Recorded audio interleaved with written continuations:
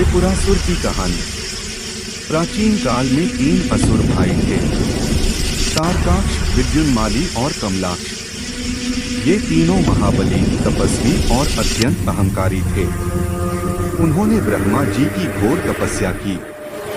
ब्रह्मा जी प्रसन्न हुए और वरदान मांगने को कहा। असुरों ने मांगा, हमें अमर होने की वरदान दो। ब्रह्मा जी ने कहा, अमरता असंभव है, पर शर्त रखो।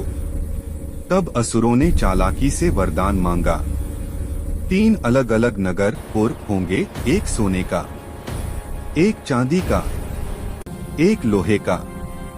ये तीनों नगर आकाश में अलग अलग रहेंगे। 1000 वर्ष में एक बार जब तीनों एक सीध में आए, तभी एक ही बाण से हमारा वध हो।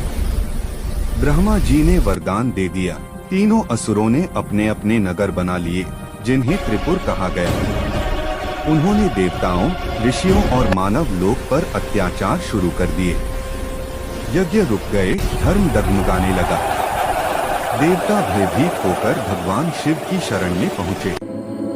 शिव ने त्रिपुरासुर के वध का निश्चय किया। पूरा ब्रह्मांड ही उनका रथ बन गया। पृथ्वी रथ, सूर्य और चंद्र पहिए, ब्रह्मा सारथी, विष्णु बाण, वासुकी नाग प्रत्यंचा, धनुष की डोर। जब 1000 वर्ष बाद तीनों नगर एक सीध में आए, महादेव ने एक ही बाण छोड़ा। वह बाण ज्ञान, वैराग्य और सत्य से भरा था। तीनों नगर जलकर भस्म हो गए। तीनों असुरों का अंत हुआ। इसीलिए भगवान शिव को कहा गया त्रिपुरांतक, त्रिपुर का अंत करने वाले। अहंकार कितना भी शक्तिशाली हो, अंत निश्चित है।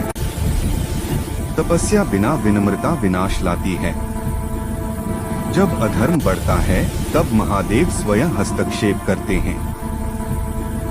त्रिपुरासुर के वध के बाद तीनों लोकों, स्वर्ग, पृथ्वी और पाताल में शांति और धर्म की पुनः स्थापना हुई।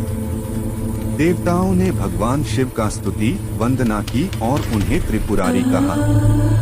असुरों का आतंक समाप्त हो गया। यज्ञ और तपस्या फिर से निर्भय होने लगे। 3 उड़ते नगर त्रिपुर नष्ट हो गए, जो अहंकार, काम और अविद्या के प्रतीक थे। इस घटना का गहन अर्थ ये माना गया कि ईश्वर ने मनुष्य के अंदर के अहंकार और अंधकार का भी नाश किया। इसी कारण से शिव को त्रिपुरारी, महादेव और जगत के रक्षक के रूप में पूजा जाता है।